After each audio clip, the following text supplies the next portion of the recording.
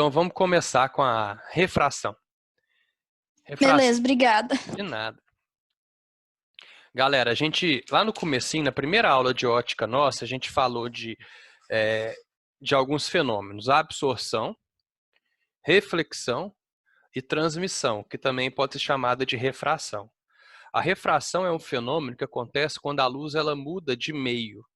Ela pode até estar dentro do mesmo objeto, mas são meios diferentes. Como assim? Um exemplo. A luz está caminhando no ar, na atmosfera terrestre. Dentro da atmosfera terrestre tem diferentes camadas de ar, com densidades diferentes, temperaturas diferentes. Então, quando a luz muda de uma camada de ar mais fria para uma camada de ar mais quente, ela sofre refração, porque o meio mudou. Tá? Então, a gente olha, como que a gente sabe que o meio mudou da luz? A gente olha para a velocidade da luz. Tá? Ah, mas a velocidade da luz ela não é constante e tal. Não, ela é constante no vácuo, né? Mas quando a luz muda de meio, a velocidade dela muda. Então, quando a gente fala assim sobre refração, a gente está falando em mudança de meio de propagação e a gente observa, a gente nota que houve mudança de meio de propagação através da mudança da velocidade da luz. Então, para saber se o meio mudou, é porque a velocidade mudou. Então, como que a gente caracteriza isso? A gente pode ficar olhando para as velocidades o tempo todo, mas uma maneira mais simples de mudar se houve, né, se a velocidade muda e tal, para notar se se o meio mudou, é a partir de uma grandeza chamada índice de refração. Para que você note, né, saiba a velocidade da luz dentro de um meio, a gente trabalha com um númerozinho. Então,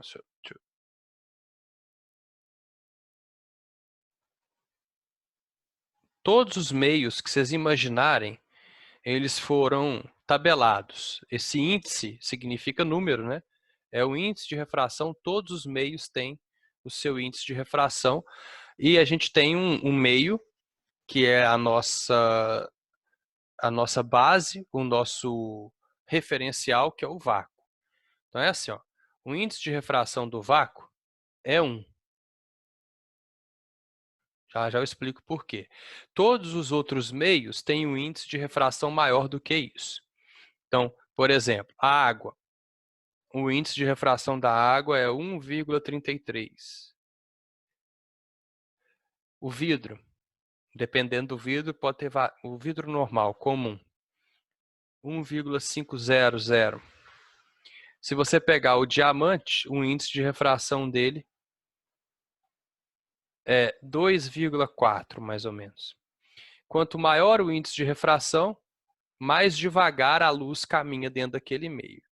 Tá? Então, ele serve para você notar onde que a velocidade vai mudar e onde que ela é menor. Então, por exemplo, por que que o índice de refração do vácuo é o menor de todos? Não existe índice de refração menor do que o do vácuo, porque é onde a luz caminha mais rápido. A maior velocidade de todas é a velocidade da luz no vácuo. E à medida que você vai aumentando o índice de refração, então, por exemplo, a partir do vácuo, o índice de refração vai aumentando, à medida que ele vai ficando maior, a velocidade da luz diminui. Material natural com maior índice de refração é o diamante. Ó. Mas existem materiais sintéticos com índice de refração maior do que isso. Velocidade da luz diminui. Como é que esse índice de refração foi calculado, né? Todo material tem o seu índice de refração. Tá? Ele é calculado de uma maneira bem simples. Ele é o N de nariz. Você usa a velocidade do vácuo, que é C, velocidade da luz no vácuo, 3 vezes 10 a 8 metros por segundo, como referência. E divide pela velocidade da luz naquele meio onde você quer calcular o índice de refração. Então, por exemplo, se eu quero calcular o índice de refração da água, eu pego velocidade da luz na água, no vácuo, desculpa, e divido pela velocidade da luz na água. Ao fazer essa conta, eu vou achar aquele número que eu já decorei, eu, Túlio Abud, decorei de tanto trabalhar, 1,33333. Se eu tiver um índice de refração, por exemplo, ó, eu calculo a velocidade da luz na água. Só multiplicar cruzado, eu vou descobrir que a velocidade da luz na água é 3 dividido por 1,33. 3 dividido por 4/3. 9 por 4, 2,25. Vezes 10 a 8 metros por segundo. Então, se eu pegar 3 vezes 10 a 8 e dividir por 2,25 vezes 10 a 8, eu vou chegar no índice de refração da água. Tá? Para que isso serve? Para comparar as velocidades da luz em cada meio. Então, todo material tem o seu índice de refração. Quer ver? Vou colocar aqui uma tabela para vocês verem. Eu digitei errado. Digitei índice de reação. Uma tabela maior, não? Deixa eu ver. Pegando os índices de refração mais doidão aqui, peraí. Achei uma tabela simples. Quer ver? Eu vou compartilhar com vocês aí. Olha só. Índice de refração da água. Meio material, desculpa. Índice de refração do ar. 1,00. Você fala, mas você falou que é o vácuo que é isso. É porque aqui está com 2 casas decimais. Tá? Na verdade, o do ar a gente considera como 1. Mas se você colocar uma terceira casa decimal aqui, vai aparecer o 1zinho aqui. Tá? O único índice de refração que é 1 é o do vácuo. Então, N do vácuo é 1,000. O do ar ele é um pouquinho maior que o do vácuo, que significa o quê? Quando a luz sai do vácuo e entra no ar, ela sofre uma freada, ela perde velocidade. E à medida que o índice de refração vai aumentando, água, vidro, glicerina, álcool etílico, diamante, acrílico, significa que a luz vai ficando mais lenta. Então, como é que a gente fala isso? A gente fala, ó, a glicerina ela é mais refringente que o álcool etílico, porque o índice de refração dela é maior. Olha, a água é menos refringente que o vidro, porque o índice de refração dela é menor. Lembrando que o índice de refração ele é inversamente proporcional à velocidade. Então, significa o quê? Que quanto maior a velocidade, menor o índice de refração. Ou, quanto maior o índice de refração, menor a velocidade. Um é inversamente proporcional ao outro. Beleza? Então, a gente pode, você não precisa decorar nenhum índice de refração. Serve só para que a gente saiba se a luz mudou de meio, se ela sofreu refração ou não. Ao passar de um meio para outro que contém o mesmo índice de refração, você não percebe essa refração. Quer ver? Eu vou dar um exemplo aqui. Abud, repete, por favor, isso de mais refringente e menos refringente. Quando você compara dois meios, aquele que tiver o maior índice de refração, ele vai ser o mais refringente. Então, a refringência ela é medida pelo índice de refração. Quer ver? Eu vou mostrar um experimentozinho aqui. Bolas invisíveis refração. Quer ver? É muito bacana. Ah, tem um... Peraí. Experimento refração. Ai, achei. Deixa eu ver aqui. Eu vou tentar compartilhar com vocês. Bem-vindos ao... Estão vendo aí? Sim. Então, pronto. Sim. Olá, tudo bem? Bem-vindos a mais uma aula de física e nessa aula a gente vai estar apresentando mais um experimento referente à refração. Lembrando, refração é quando a luz, ao se propagar de um meio para o outro, ele sofre um desvio na sua trajetória. Então, a gente pega um objeto e colocamos dentro desse copo de vidro e observamos esse objeto, a gente vai ver ele com a aparência normal. Mas o que vai acontecer se nós enchermos esse copo de água? Então vamos verificar.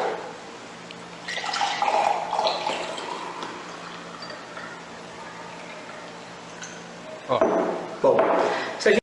tá vendo que o objeto aí ficou quebradinho? Por quê? Porque a luz, ele falou, a definição que ele usou é uma definição errada. Ele falou que refração é quando a luz muda de direção. Essa é uma consequência da refração. Refração é quando a luz muda de velocidade, que pode ter como consequência uma mudança de direção. Isso aqui evidencia essa mudança de direção. A caneta, ela era para estar aqui, ó. Quer ver?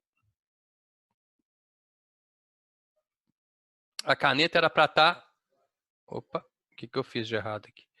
A caneta era para estar aqui, né, ó. Só que ao encher o copo com água, a gente está vendo ela embaixo. E um pouquinho maior também. Vocês estão notando aqui que a largura dela aumentou um pouco?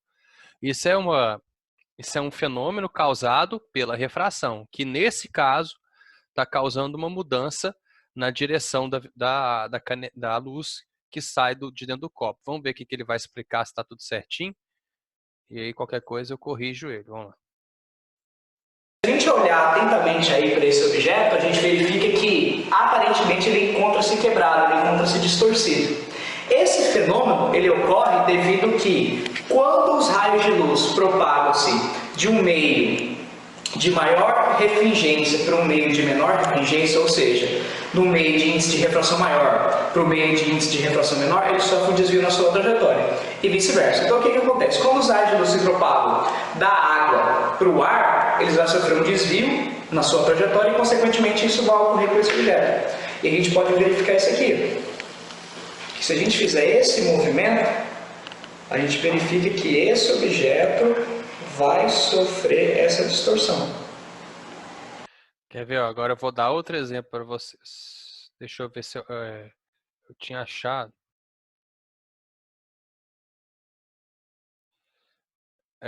Isso aqui, ó, eu tinha ela, mas eu perdi. Quando eu formatei o computador. Quer ver? É o cara dentro da piscina.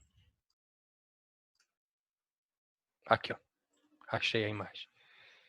Olha só. O cara, na verdade, obviamente, ele tá aqui. Vocês estão vendo, né? Obviamente, ele tá aqui, ó. Só que eu vejo a imagem dele aqui, né? E aí ele coloca lá Physics Fun. Essa aqui tá melhor de ver. Por que que ele parece quebrado? Porque o raio de luz do corpo dele, que deveria estar aqui, né? Ó, era para o corpo dele estar aqui assim, né? Ó. Só que quando o raio de luz sai da água para o ar, mudança de velocidade causa refração, que pode causar um desvio na trajetória desse raio de luz. O raio de luz desvia e meu cérebro acha que o braço dele, na verdade, está em outra posição. Então, um fenômeno é um exemplo da refração. Agora, deixa eu ver se eu acho o... Quer ver? O da bolinha que some. Aqui, ó. Esse aqui. Nossa Senhora. Mata a gente do coração. Então, ó, esse aqui que ele colocou dentro do Becker é glicerina. Olha que bacana. Cadê o bastão de vidro? Por que que eu não consigo ver o bastão de vidro dentro da glicerina? E por que que eu consigo ver ele aqui, ó, no ar? Bom, o vidro é transparente, mas o nosso cérebro consegue enxergar o vidro porque o índice de refração do ar e do vidro são diferentes. Então, a luz sofre desvio ao passar pelo vidro e a gente consegue identificar que aqui tem um bastão de vidro. O mesmo não acontece. Esse vidro usado em laboratório de química e a glicerina, que é um lubrificante, eles têm o mesmo índice de refração. Então, a luz, ao passar pela glicerina, passa pelo vidro também, ela não sofre desvio. Ela não é absorvida porque a glicerina e o bastão de vidro são transparentes e eu não consigo ver o bastão de vidro lá dentro. Olha que bacana. Dá para ver mais ou menos, né? Dependendo de como ele mexer, assim. Quando passa na frente dessa marcação branca aqui, a gente vê um pouquinho. Mas é um experimento que mostra... Vamos ver se esse aqui mostra tanto na água. Ela. Aqui ele mostra na água, né? Na água você consegue ver. Depois ele deve mudar a temperatura, porque a temperatura é um dos fatores para mudar também a...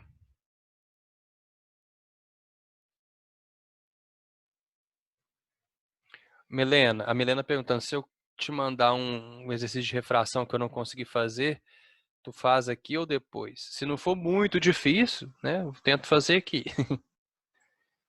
Mas vou acabar de explicar tudo, aí a gente, qualquer coisa eu faço sim. Densidade do líquido afeta no índice de refração? Densidade? Não, não é a densidade em si, mas é a temperatura, porque a temperatura ela muda a velocidade média das partículas e a velocidade média das partículas faz com que a luz passe por elas mais de maneira diferente. Entendi. Tá? Então, a refração acontece toda vez que a luz passa de um meio para outro com índices de refrações diferentes. Então, do vácuo para a água, da água para o vidro e tal. Agora, se o vidro e a glicerina tiverem o mesmo índice de refração, nós não vamos conseguir notar isso aí. Então, uma das consequências da refração é a mudança de caminho. A refração pode causar uma mudança de caminho, mudança de trajetória. Quando isso acontece? Vou colocar aqui. Isso aqui a gente chama de dióptro. O que é o dióptro? Vamos supor que aqui eu tenho ar e aqui eu tenho água. A superfície que separa o ar da água, né, aquilo que você não sabe, ali está na interface, tá, do ar e da água, é chamada de dióptro. Então, o dióptro é aquele local onde você está mudando de um meio para outro. A luz ela pode incidir no dióptro de algumas formas. Eu vou colocar aqui 3 incidências de raio de luz. Ela pode incidir assim. Ela pode incidir assim. Ou ela pode incidir assim, que não é uma incidência muito bem assim, né, se ela incidir paralela ao dióptro. São 3 possibilidades. Quando ela vem assim, fazendo um ângulo com a superfície, que não é 90 graus, igual aqui, e não é 0 graus, igual aqui, a gente fala que é uma incidência oblíqua. Nessa incidência oblíqua vai causar mudança de trajetória. É a única, das 3, é a única que vai causar mudança de trajetória. Quando ela incide aqui, fazendo um ângulo de 90 graus com a superfície, que é a incidência normal, ela não tem mudança de trajetória, ela passa retinho. Como se nada tivesse acontecido. E se ela vier aqui, também, numa incidência rasante, ela está em cima do dióptro, ela também não muda a direção de vibração. A única que vai incidir, que vai mudar a incidência, é aqui na incidência oblíqua. Como que eu analiso essa mudança de trajetória? Primeira coisa que eu tenho que fazer. No ponto de incidência, eu vou traçar a nossa amiga reta normal. Essa reta normal é aquela que vai servir para a gente medir o ângulo de incidência. Tá aqui. Tem 2 possibilidades. Aqui eu coloquei ar e água. O índice de refração do ar é aproximadamente 1. O índice de refração da água é 1,33. Toda vez que a luz perder velocidade, ela vai aproximar da reta normal. que significa isso? Ó, se não tivesse refração, ela passaria assim, retinho, né? Quando ela perde velocidade, ela faz isso aqui, ó. Ela aproxima da reta normal e o ângulo que ela faz com a reta normal diminui. Por isso que a gente fala que ela aproxima da reta normal. Esse é o nosso ângulo de refração. Pode acontecer o oposto? Pode acontecer dela afastar da reta normal? Pode. Quer ver? Ó, vou dar um exemplo aqui.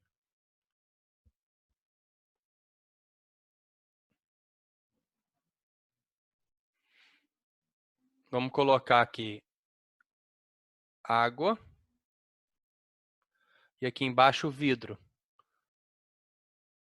O índice de refração da água é 1,33. Eu já coloquei ali no comecinho, tá? Mas se for um exercício vai te dar. E do vidro é 1,5, mais ou menos. Então, quando a luz incidir, vamos colocar uma incidência aqui assim, ó, oblíqua, de Cássio. A luz está incidindo obliquamente aqui. No ponto de incidência, eu vou lá e traço a reta normal. Essa reta normal, ela faz um ângulo de 90 graus com a superfície e serve para a gente medir o ângulo de incidência. A luz está perdendo ou ganhando velocidade? Está perdendo, certo? Então, ela perdendo velocidade, ela aproxima da reta normal. Igual a gente viu antes. Ó, ela vai formar um ângulo aqui menor. Mas e se eu tivesse outro raio de luz fazendo o caminho inverso? Por exemplo, aqui, ó, tem um raio de luz vindo para cá. Vindo do vidro e indo em direção à água. Aqui a gente viu que o ângulo diminui, por quê? Porque o índice de refração aumenta. Então, a luz está perdendo velocidade. Toda vez que ela perde velocidade, ela aproxima da reta normal. Aqui não. Aqui, esse é o nosso ângulo de incidência, com o ângulo que ela chega no dióptro, que é a superfície de separação. E como ela o índice de refração está diminuindo, significa que a luz está ganhando velocidade. Ela vai acelerar ao sair do vidro para a água.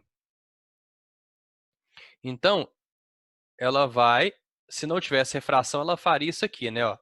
Se ela estivesse perdendo velocidade, ela ia aproximar da reta normal.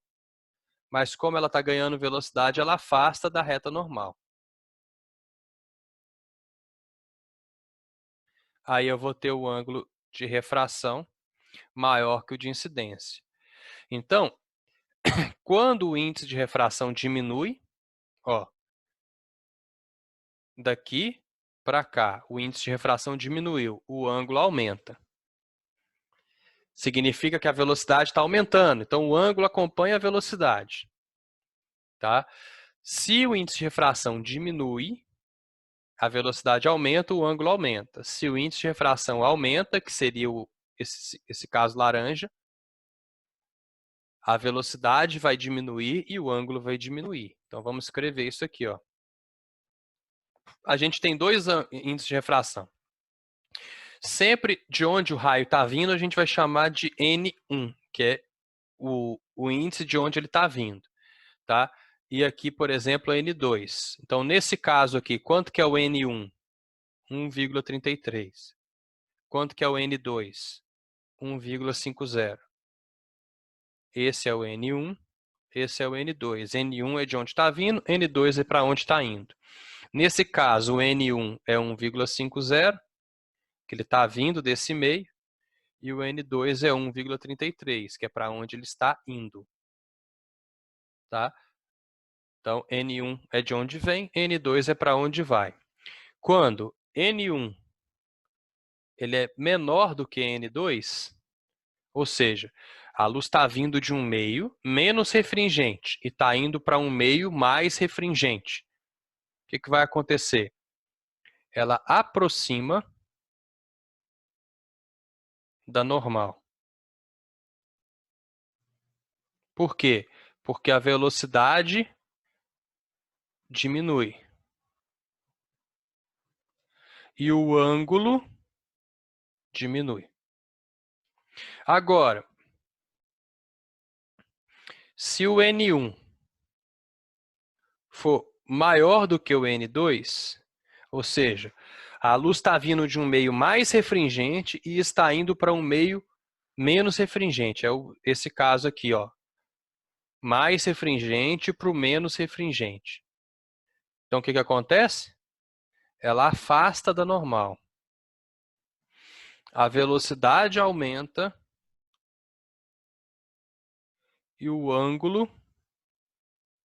aumenta também. São duas possibilidades, então.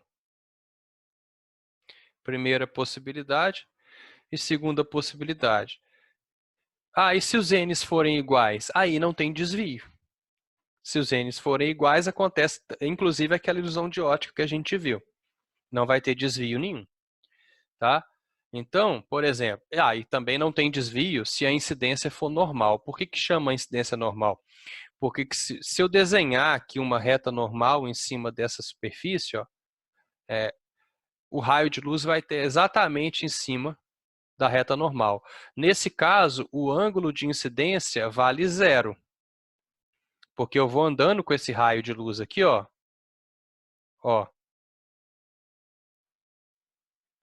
até zerar o ângulo de incidência, tá? Por isso que chama incidência normal. O ângulo de incidência é 0. E o ângulo de refração também vai ser 0. Tá? Incidência normal. Quanto que é o ângulo de incidência aqui? Na incidência rasante? 90 graus. E o ângulo de refração não existe. Por quê? Porque a luz não sofreu refração ali. Ela não vai passar de um meio para outro. Ela vai ficar em cima do dióptro ali e não vai mudar de meio. Beleza? Alguma dúvida nessa parte? Sem entrar com fórmula ainda, só pegando o conceito. Não, tá de boa. Não? Tá de boa? Abrindo as imagens que eu preparei aqui para vocês. Ela tá passando um carro com funkão aqui agora. Vou mostrar para vocês 3 imagens, que são as imagens mais clássicas de todas, da refração. Primeira imagem aqui. Quando eu pego um copo, esse copo ele tem que ser opaco, coloco a moedinha no fundo do copo. Se você tentar enxergar esse copo de onde o olho está, ele não vai conseguir ver a moedinha. Colocando água no copo, o raio de luz que sai da moedinha afasta da reta normal. Desenha a reta normal aqui, ó. Tá? Ele vai afastar da reta normal, porém a pessoa não vai enxergar a moedinha nesse ponto. A pessoa, ela enxerga, isso a gente já viu, né? A gente sempre enxerga os objetos no prolongamento dos raios de luz. Então, nosso cérebro acha que os raios de luz fazem sempre um caminho em linha reta. Essa pessoa vai ver a moeda, mas ela vai ver a moeda aqui, ó. É uma imagem virtual dessa moeda. Beleza? Outro exemplo, quer ver? Essa piscina. Se você olha para a parte mais próxima de você, você está notando que a profundidade dessa piscina está diminuindo à medida que você vai afastando? Por quê? Se a gente desenhar isso de lado, quer ver? Eu vou tentar desenhar isso de lado aqui. Aí uma pessoa está olhando essa piscina de cá. Quanto mais longe os raios de luz dessa piscina tiverem, para chegar no olho da pessoa, eles vão sofrer desvios menores à medida que eu vou aproximando da pessoa. Deixa eu ver, acontece com gás na atmosfera também. É o último exemplo que eu vou mostrar para vocês. Olha só, onde que a pessoa vê o fundo dessa piscina quando ela vai ver mais ou menos aqui, né? Ó. À medida que eu vou afastando, o fundo da piscina vai ficando cada vez mais longe da pessoa e o nosso cérebro, ele engana a gente, né? Tudo que está mais longe, ele tem a tendência de achar que é menor.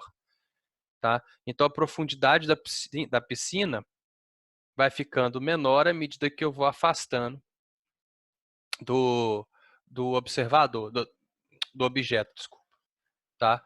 Esse é um outro exemplo. Mais um exemplo aqui também, quer ver? Esse aqui vocês já viram já. Né? Que o cara vai tentar acertar o peixe com uma lança, e aí ele vê o peixe onde? O raio de luz que sai do peixe,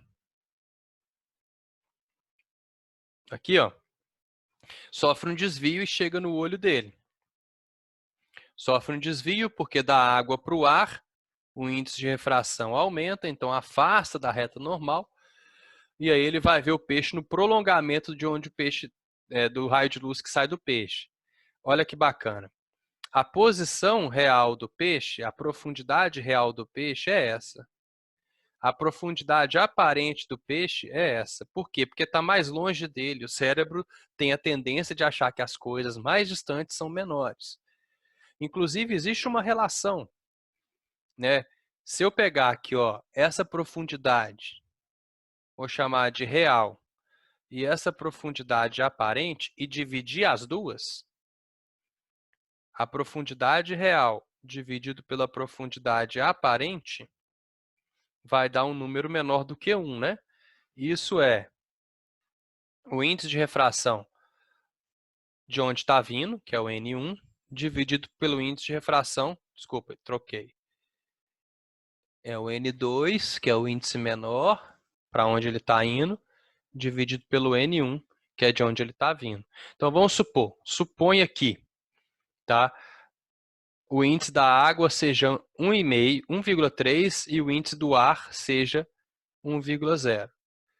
Se eu fizer essa divisão, 1,0 por 1,3, eu vou ter um valor mais ou menos, né, percentualmente falando. Deixa eu fazer essa divisão aqui. De 77%, 0,77. Quer dizer que de onde esse cara, as coisas vão parecer, na maioria das vezes, 77%, 33% mais próximo, não, 23% mais próximos do que na realidade. Se esse valor aqui for 1 metro, por exemplo, esse valor aqui vai ser de 0,77 metros. Tá? Ele fica um pouquinho mais próximo da superfície. Por isso que se o cara mirar onde o peixe aparenta estar, ele não vai acertar nunca. Ele tem que mirar um pouco mais abaixo para acertar onde o peixe está. Isso acontece também com gases na atmosfera. Quer ver? Fechei o negócio sem querer, peraí. Olha só, era essa imagem aqui que tá melhor de ver. Não, não era essa, era outra. Pode ser essa. A pessoa está em cima da Terra e aí ela está olhando para a Lua, né? Ela vê a Lua aqui, ó. Aqui é onde ela está vendo a Lua, só que isso aqui é uma imagem da Lua. Por quê? A luz que a Lua reflete do Sol, ao entrar na atmosfera, porque aqui é vácuo e aqui é ar. Ao entrar no ar, se a gente fizer aqui, né, ó, reta normal, ângulo de incidência, o ângulo de refração ela aproxima um pouquinho da reta normal e entra no olho da pessoa. Se eu prolongar essa luz refletida, ela vai ver a imagem da Lua numa posição em que a Lua não está na realidade. Isso acontece, por exemplo, quer ver? Ó, vamos supor, né? Fingir. Não, não vou fazer isso não, porque senão vai ficar feio demais para mim. Vamos lá para o quadro. Eu ia falar, vamos supor que a Terra é plana. Não. Aqui, ó. Imagina você aqui. Pode ser.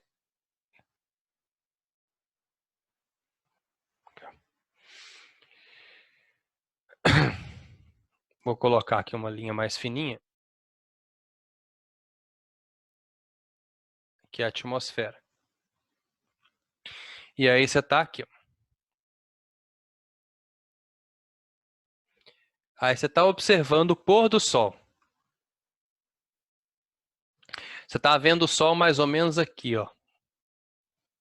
Mas não está saindo a linha, não. Ah, eu também estou escolhendo o trem errado. Você está vendo aqui assim o sol, ó. O Sol, ele está quase se pondo, ou seja, ele está na linha do horizonte. Esse aqui é o horizonte para você, de onde você está, né? Tá vendo? Aí você acha que o Sol está se pondo, quando na verdade ele já se pôs há muito tempo. Você está vendo uma imagem do Sol aqui. Aí você fala assim, nossa, que bonito o pôr do sol e tal. Bate palma pro pôr do sol, igual o povo lá do Rio de Janeiro gosta de fazer, né?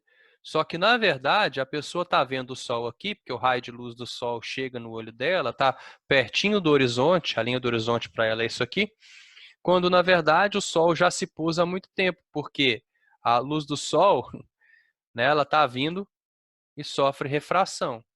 O sol, na verdade, já se pôs há muito tempo, já está bem abaixo da linha do horizonte, ó. E aí ela sofre refração ao entrar na atmosfera. E por isso que você enxerga o Sol no horizonte, mesmo depois dele já ter se posto há muito tempo.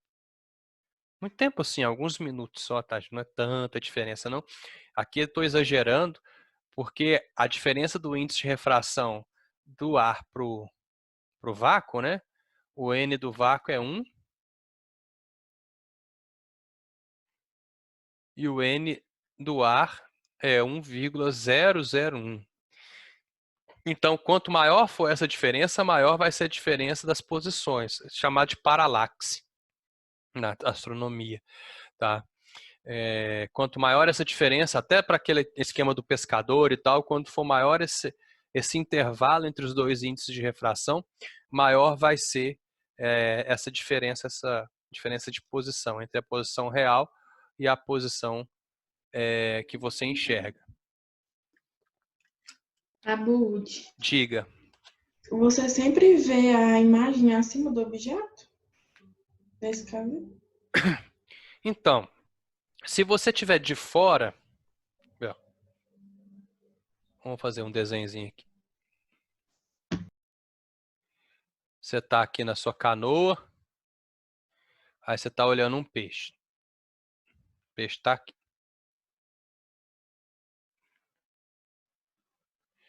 Para você enxergar esse peixe, o que tem que acontecer? O raio de luz tem que sair do peixe e chegar até no seu olho. Pá, enxerguei o peixe. Só que existe o princípio da reversibilidade de caminhos. O peixe também está te vendo, porque tem um raio de luz que sai que bate no seu olho, reflete e chega no olho do peixe. O peixe vai te ver mais acima da posição onde você está. Então o peixe vai estar vendo o seu rosto. O que eu fiz aqui? Aqui assim, ó. Tá, tinha que ser na mesma linha horizontal. E você está vendo o peixe onde?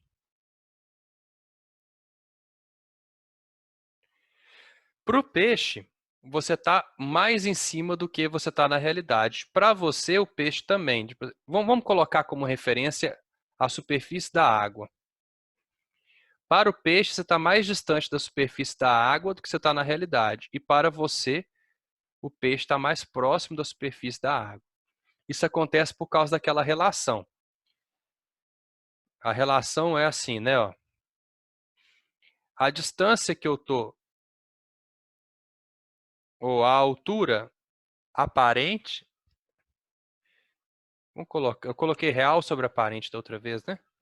A altura real dividido pela altura aparente é igual ao índice de refração da onde a luz está indo, dividido pelo índice de refração da onde a luz está vindo. Então, por exemplo, aqui no caso do peixe, por que eu vejo ele mais acima? Porque a luz está vindo da água. E ela está indo para o ar. Então eu faço, olha só.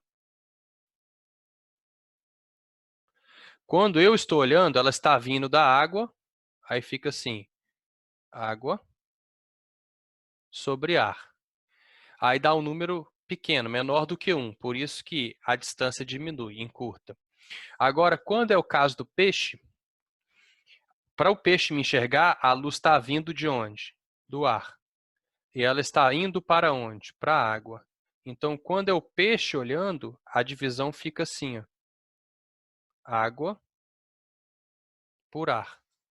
Isso aqui dá um número menor do que 1, né? Agora, isso aqui dá um número maior do que 1. Então, a hora que o peixe olha, ele vai ver uma altura, uma distância em relação à água bem maior do que na realidade. Vocês já viram aqueles peixes que pescam? Uns peixes que cospem no inseto? Assim, o inseto cai, eles pegam? Vocês já viram isso? Não? Não é muito doido. Quer ver? Vou achar aqui o videozinho. Peixe arqueiro que chama. Deixa eu ver se é esse aqui mesmo. Ah, nem dá pra ver direito lá, mas ele cospe no grilo lá em cima e o grilo cai. Deixa eu ver se eu acho outro melhor. Tem vídeo, não? Aqui, ó, mas aqui mostra ele cuspindo, ó. Estão vendo aí? Ele cospe, aí o bicho cai lá embaixo e ele come o bicho. Então, esse aqui é bom, ó. Ele cospe, bate no inseto, o inseto cai dentro d'água e ele come. Vamos ver aqui. It closes its gills to force out the water. Olha lá. It's accurate up to 2 meters. Olha que bacana.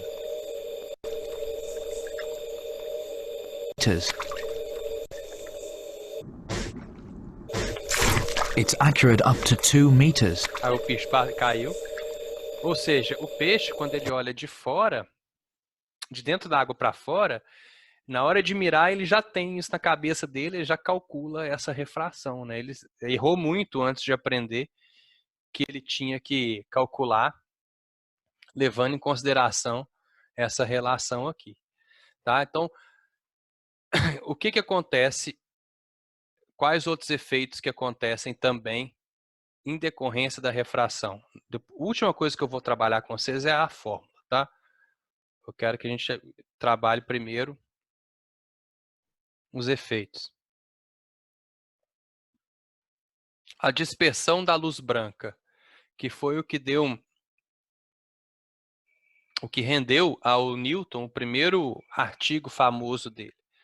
O Newton, ele viu que a luz branca, né, que a gente já viu isso, a luz branca, na verdade, ela é composta por diferentes cores, né? Se a gente tem aqui, basicamente, 7 cores. A junção dessas 7 cores gera a luz branca. Cada cor tem a sua frequência. O que define a cor para a gente é a frequência da luz. E cada frequência tem o seu índice de refração. Então, funciona assim.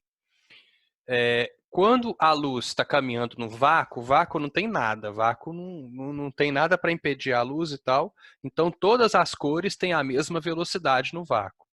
Porém, quando ela entra no ar, na água, no vidro, cada cor tem o seu índice de refração diferente. Então, vamos pegar aqui a luz branca. A cor branca ela é composta começa no vermelho, né? E vai subindo. Laranja, amarelo, verde, azul, anil, não sei o quê, até chegar no violeta. O vermelho é a menor frequência que a gente enxerga, que é 4 vezes 10 a 14 Hz. E o violeta tem a maior frequência que a gente enxerga, 7 vezes 10 a 14 Hz. À medida que eu vou passando pelo laranja, amarelo, verde, azul, anil e violeta, essa frequência ela vai aumentando. E à medida que a frequência aumenta, o índice de refração também aumenta. Então, o índice de refração da luz vermelha é menor do que da luz violeta. O que faz? O que isso acarreta? Um raio de luz ele pode vir policromático, todo mundo juntinho aqui, ó. Imagina um raio de luz visto muito de perto, assim.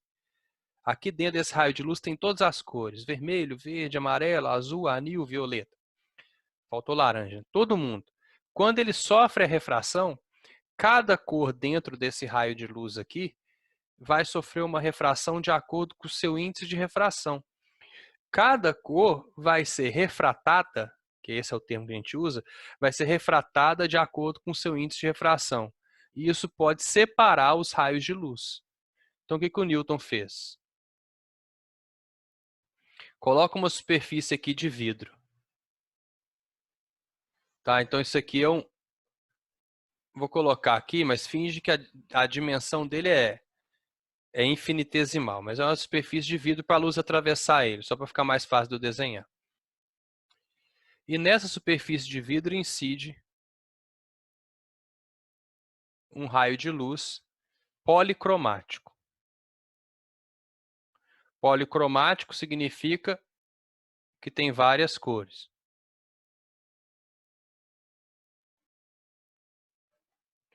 Então, ele é um raio de luz policromático de cor branca. Ao incidir nesse vidro, cada cor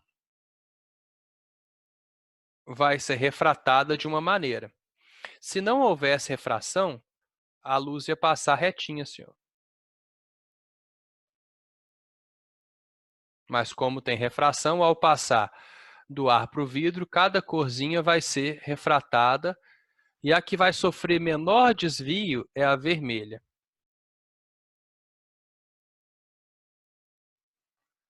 A que vai sofrer maior desvio é a cor violeta. Vou exagerar, tá? Muito assim. Por quê? Porque esse aqui tem o maior índice. E esse carinha aqui tem o menor índice. Quanto maior o índice, maior o desvio. Então, a partir do vermelho, você vai tendo raio de luz laranja, amarelo, verde, azul, anil e, por último, o violeta. Tá? Cada cor vai sendo separada e aí essa separação, esse espalhamento da luz, a gente chama de dispersão da luz branca. Tá? Quem que saiu aí, gente? Tinha 9 pessoas, agora tem 8. Quem que saiu aí? Alguém vazou. Ah, deixa eu ver aqui. Ah, não, é outra pessoa. Mas saiu uma pessoa. Eu recebi uma mensagem aqui, mas é da menina lá do Integral. Depois, quem saiu, se vocês notarem falta de alguém, vocês me falam aí para eu mandar mensagem para a pessoa. Tá? Como é que funciona isso?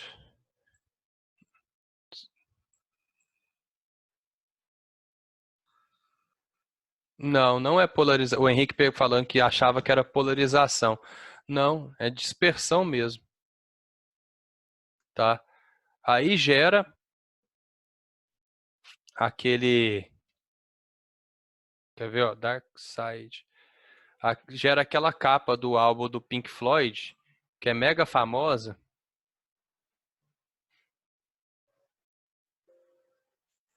Vocês já viram, né, essa capa, né? Espero que vocês já tenham visto.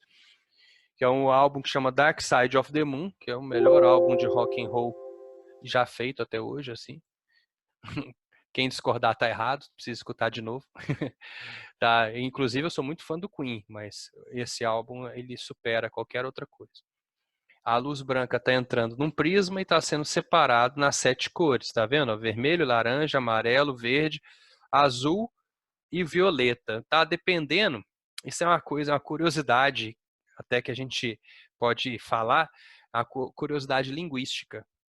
Dependendo da língua, o arco-íris tem só 6 cores, não tem 7, tá? Inclusive, nessa capa do Pink Floyd são só 6 cores. Então, dependendo de onde você estiver trabalhando ou desenhando, o seu arco-íris vai ter só 6 cores. É igual nos Estados Unidos, né? Que eu acho que o gato tem 9 vidas. E aqui no Brasil, nossos gatos têm só 7 vidas. Qualquer coisa de língua mesmo. Beleza? Isso aqui é um fenômeno chamado dispersão da luz branca. Vamos entrar com a fórmula agora, antes de ver o próximo fenômeno.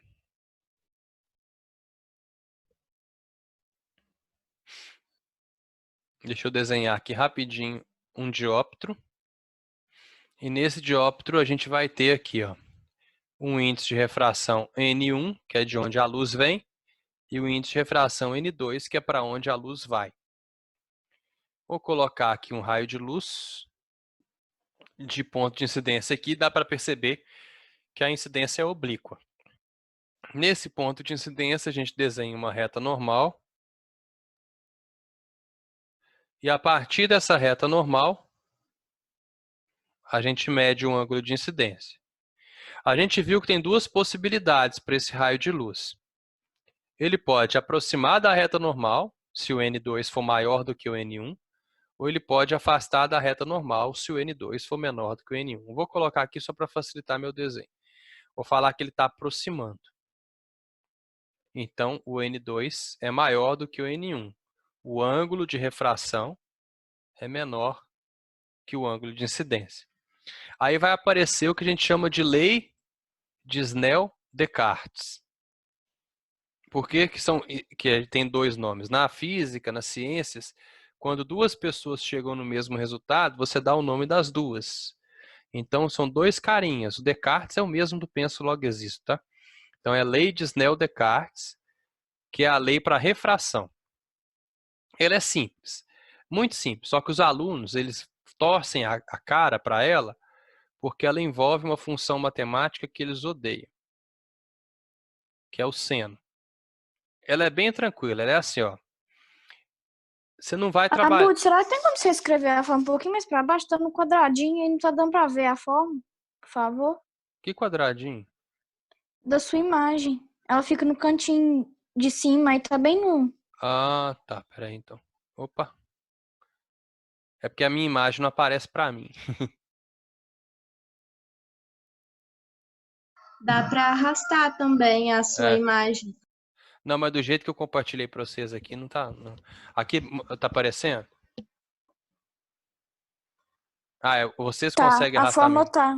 Então, beleza. Eu não consegui, não. Eu não consegui arrastar a imagem. Ó. Eu já tinha tentado antes, não consegui. Então, aqui, ó. Essa aqui é a regrinha que a gente vai usar.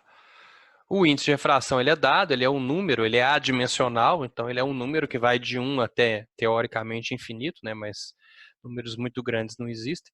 Teoricamente infinito não, porque a luz também não pode ter índice de velocidade zero, mas vai de 1 até 10, sei lá, em laboratório. Depois eu vou até pesquisar qual que é o maior índice de refração já feito em laboratório. Tá? E o seno do ângulo, lembrando, qual que é o maior erro? A galera costuma pegar o ângulo com a superfície. Não pode pegar o ângulo com a superfície, tem que pegar o ângulo entre o raio e a reta normal. Esse aqui é o nosso raio de incidência. E esse aqui é o nosso raio de refração. E aí é só substituir os valores. Qual que é o problema? Saber a tabelinha de seno e cosseno de cor é um problema, né? E outro problema é que a gente pode achar ângulos esquisitos. Vou fazer um exemplo aqui. Se for ângulo esquisito, é um problema, mas também ao mesmo tempo é uma solução. Quer ver? Ó, vou dar um exemplo. Imagina que tem aqui, aí fala assim, ó, aqui eu tenho ar e aqui eu tenho água. Aí o problema te dá, tá? Fala assim, o índice de refração do ar é 1. O índice de refração da água é 1,33. Aí um raio de luz incide fazendo um ângulo de, vamos colocar aqui, 60 graus com a superfície da água. Calcule o ângulo que ele vai fazer, né, o ângulo de refração desse raio. Você vai lá, lembra que tem que traçar a reta normal. Você também sabe que, como a água tem 1,33, a sua resposta tem que ser algo que vai fazer o raio de luz aproximar da reta normal. Então, beleza, o raio de luz aproximou da reta normal. Só que você tem que lembrar, ó, se aqui é 60, o meu ângulo de incidência é 30. O meu ângulo de refração vai ter que ser um valor menor do que 30. Aí você vai substituir na equação N1 vezes o seno de 30, que é o ângulo de incidência, é igual a N2 vezes o seno do meu ângulo de refração. N1 é 1, seno de 30 é meio.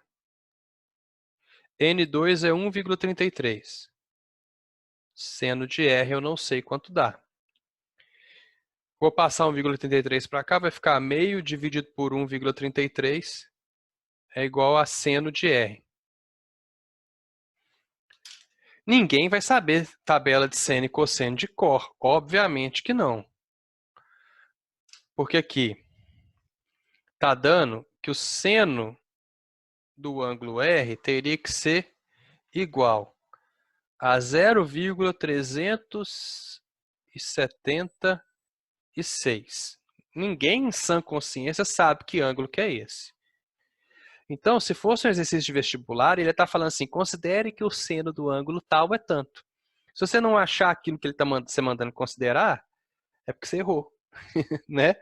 Então, aqui, por exemplo, ó, esse ângulo R do meu exemplo, ele vai dar 22,08 graus. Como é que eu sei disso? Eu sei disso porque eu fiz na calculadora. Né? Só sei disso que eu fiz na calculadora. Então, se numa questão estiver mandando você fazer essas contas, ela vai ter que te dar uma tabela de seno e cosseno, ou vai ter que te falar, considere o tal seno de tal ângulo igual a tanto. E se você não achar isso durante a resolução, é porque você está indo no caminho errado. Entenderam? Tem o seu... Ah, é difícil porque tem seno. Não, é mais fácil porque tem o seno. Porque ninguém tem que saber seno e cosseno de cor. Quer dizer, 0, 30, 45, 60, 90 e seus ângulos, respectivos ângulos projetados naquele círculo trigonométrico, vocês têm que saber de cor, sim. O resto, não.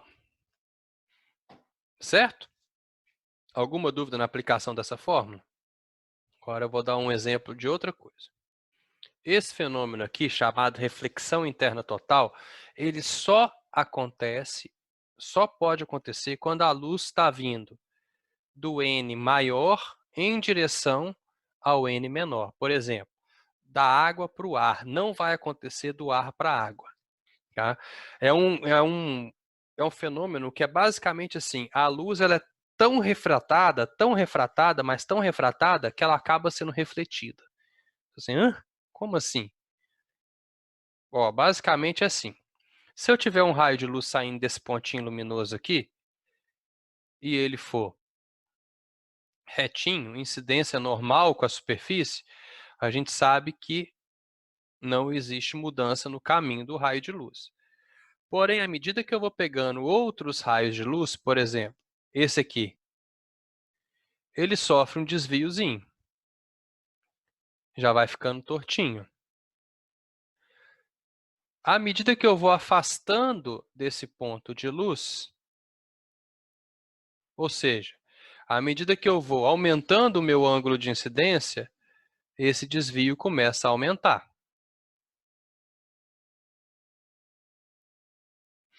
Vou exagerar um pouquinho. Ó. Quanto mais longe eu estiver, maior vai ser o meu desvio. E se eu tiver um ângulo que o desvio é tanto, mais tanto, que o raio de luz ele é tão refratado que ele fica aqui, ó, em cima do dióptro. Ele vai ser tão refratado que se eu fizer a reta normal aqui, que a gente já fez várias vezes, ó, se eu fizer ela aqui, você vai ver que o ângulo é quase igual. Aqui ela aumenta um pouquinho, aqui aumenta um pouco mais. Vocês vão comparando os ângulos, né? Aqui, ó, os ângulos são quase iguais. Aqui o ângulo aumenta um pouco, aqui ele aumenta bem. Aqui o ângulo de refração é exatamente igual a 90 graus. Esse ângulo de incidência aqui é o nosso ângulo limite. Se eu tiver qualquer raio de luz depois desse ponto aqui, ó, com um ângulo maior do que o ângulo limite, ao invés dele ser refratado, Vamos pegar um raio de luz que bate aqui, ó. Ao invés de ser refratado, ele vai ser refletido. Começa, qualquer ângulo acima do ângulo limite, começa a aparecer a chamada reflexão interna total. Tracei a reta normal aqui. Ele vai refletir mesmo, como se fosse um espelho. O ângulo de incidência igual a ângulo de reflexão.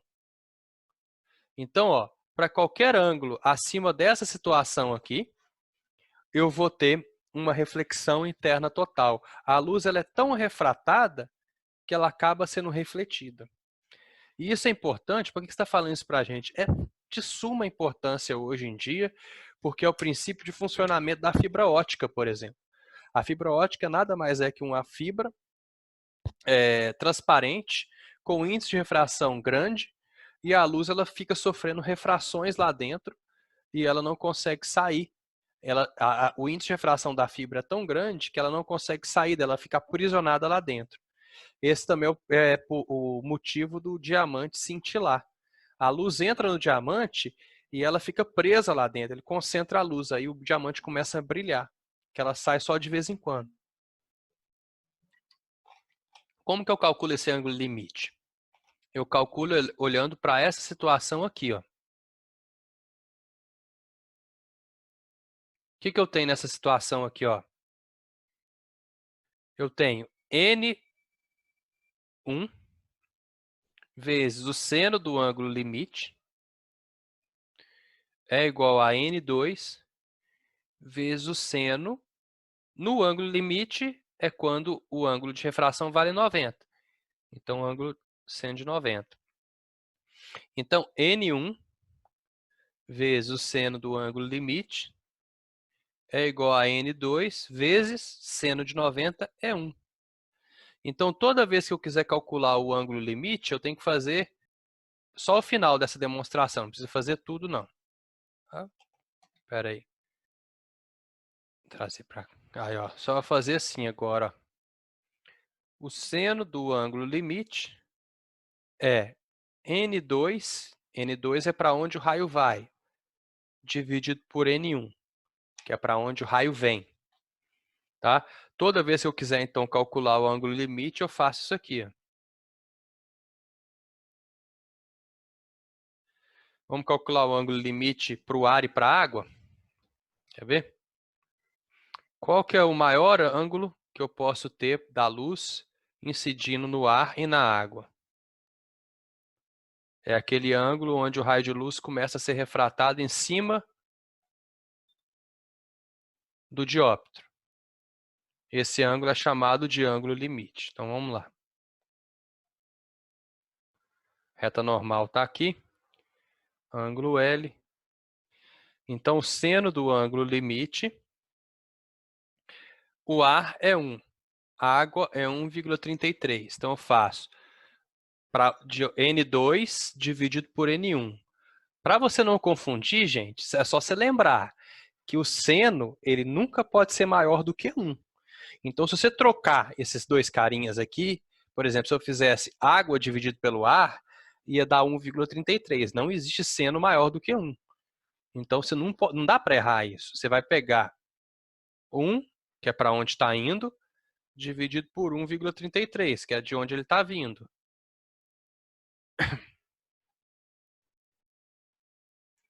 Zero vírgula 0,7518.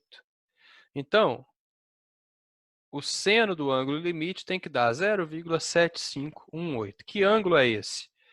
Vocês sabem fazer essa conta na calculadora para achar esse ângulo? Para você achar esse ângulo, você tem que ir aqui, ó, numa teclinha que vai estar escrito assim, ó.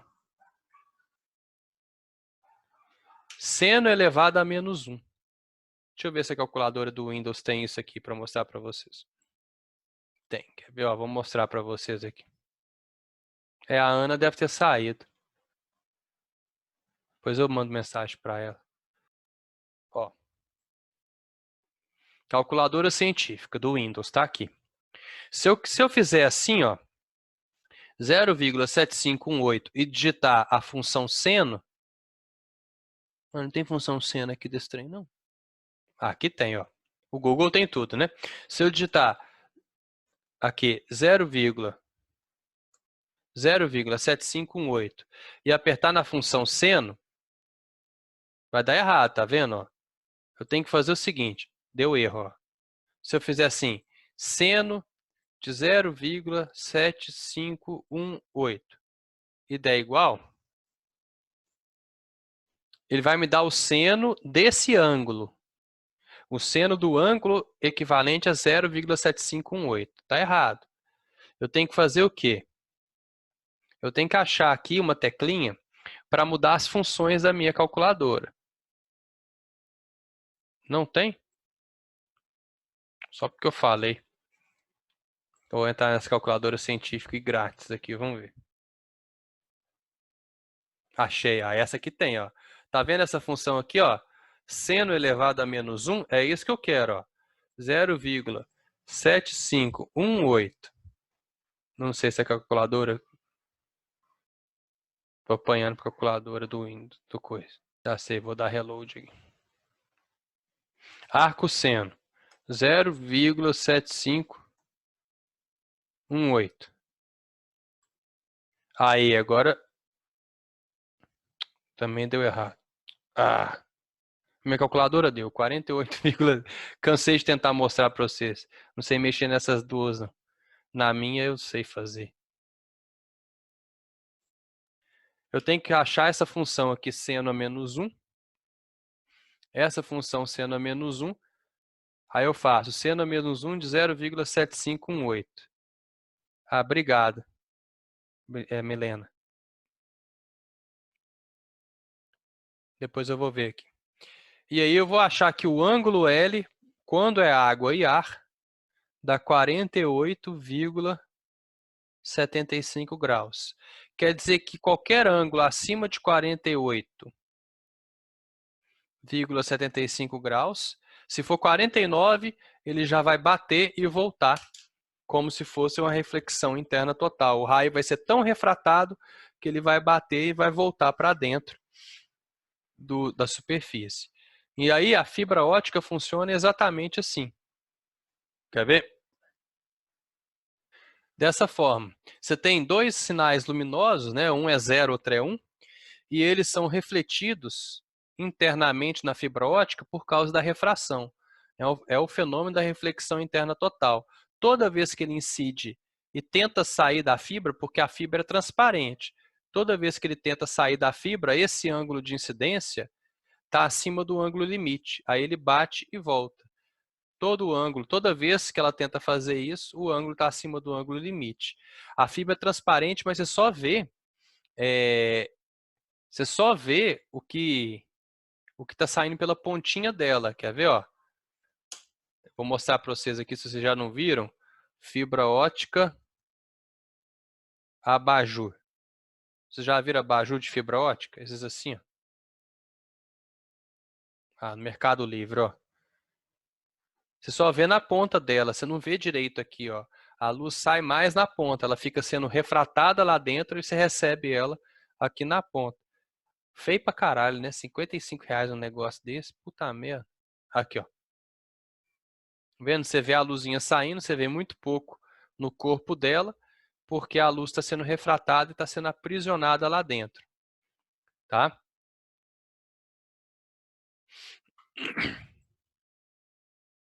Alguma dúvida? Não, tô de boa. Não? Esse fenômeno aí das luzinhas que você mostrou agora, porque as pontas ela tem porque maior índice de refração? Não, porque na ponta acaba e a luz sai. Ah, tá, entendi. É porque eu acho que eu já fiz um exercício perguntando algo assim. Não. Olha que bacana. Vocês gostam do Manual do Mundo? Já vi alguns vídeos. É muito bacana. Quer ver? Eu vou mostrar para vocês aqui um videozinho dele. O Manual do Mundo é um canal ótimo, tá, gente? Ó, 4 minutinhos eu vou deixar, gente. Vão ver tudo. Eu vou mostrar um jeito muito legal de obrigar a luz a fazer curva. Essa é uma experiência bem interessante porque ela mostra o princípio da fibra ótica.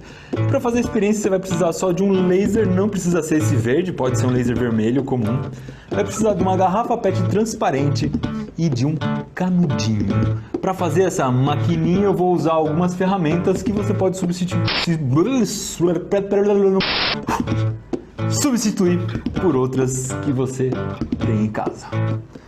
O primeiro passo é você fazer um furo na garrafa e o furo tem que ser do mesmo diâmetro do canudinho. Depois você tem que colar o canudinho na garrafa e deixar todo ele para fora da garrafa, não pode ficar nenhuma pontinha para dentro. Eu estou usando cola quente, mas você pode usar outro tipo de cola à prova d'água, como cola epóxi, por exemplo. A garrafa com esse biquinho eu já tenho, que é a parte mais importante da experiência. Presta atenção que o biquinho ficou bem na parte de baixo da garrafa, não posso colocar ele muito para cima, senão não vai ter pressão suficiente para a água jorrar aqui para fora. E agora o próximo passo é encher a garrafa d'água e fazer a água fluir aqui pelo biquinho, formando uma curva.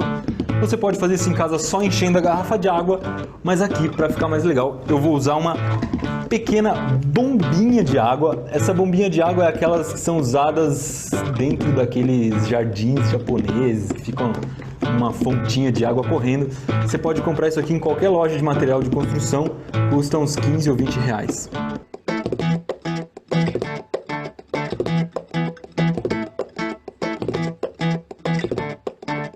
E agora, o último passo é apagar a luz e jogar o laser aqui dentro desse fluxo de água.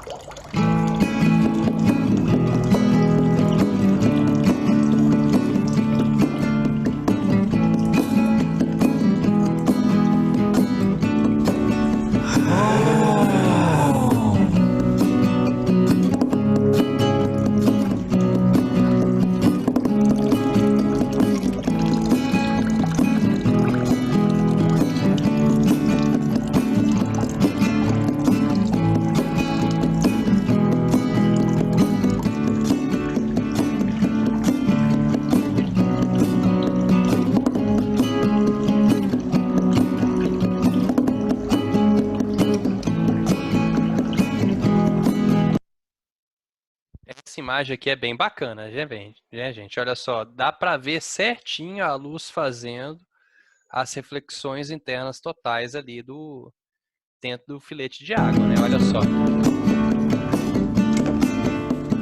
Mas por que será que a luz faz curva desse jeito? Na verdade, nessa experiência, o que a luz fez não foi exatamente uma curva. Ela seguiu a curvatura da trajetória da água, mas lá dentro da água, se você prestar muita atenção nessa imagem que eu estou mostrando agora, você vai perceber que a luz faz um zigue-zague.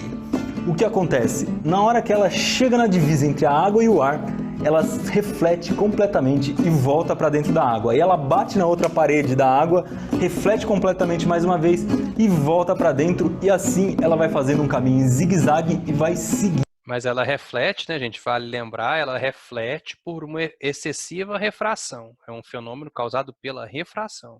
Seguindo a trajetória curva da água. E o que isso tudo tem a ver com fibra ótica?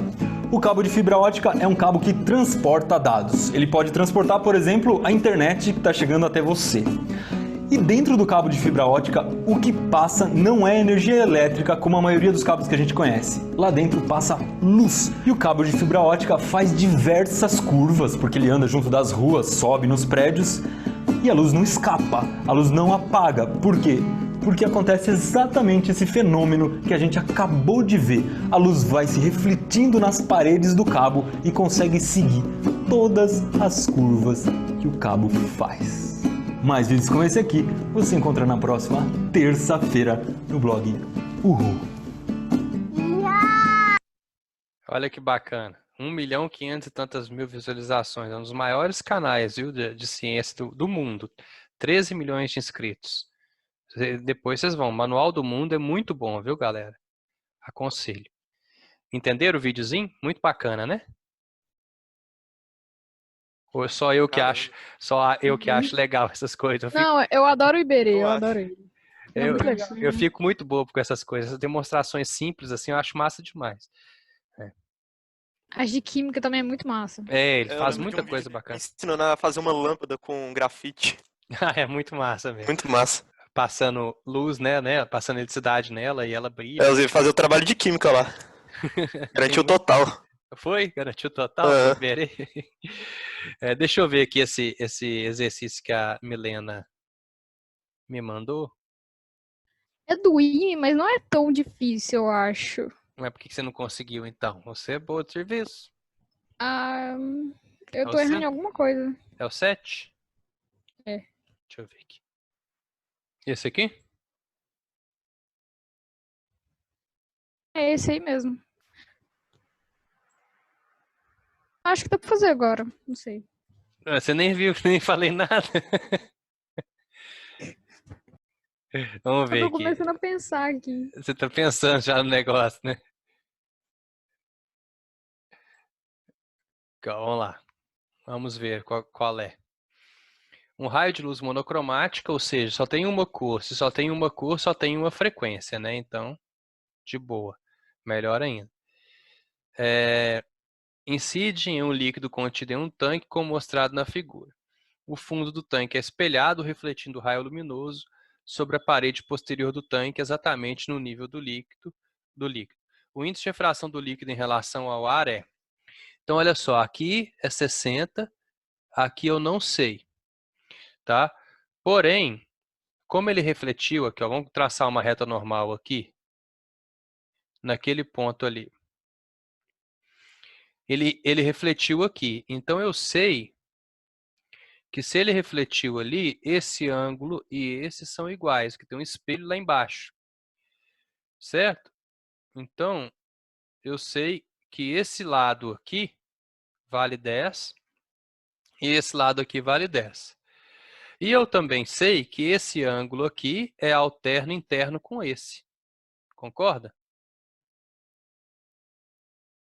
Beleza?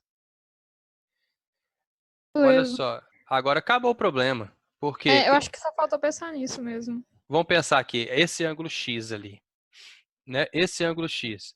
O que eu sei dele? Eu sei que o cateto oposto é 10 e que o cateto adjacente, que é isso aqui, é raiz de 143. Então, o cateto oposto sobre o cateto adjacente é a tangente do ângulo X. O cateto oposto é 10, o cateto adjacente é raiz quadrada de 143. Né? Então, a partir disso aí, a gente pode calcular... Não vou fazer tangente, não. Bobagem. Eu vou calcular... Eu quero o seno desse ângulo. Porque o seno desse ângulo eu vou usar no negocinho lá, na lei de Snell-Descartes.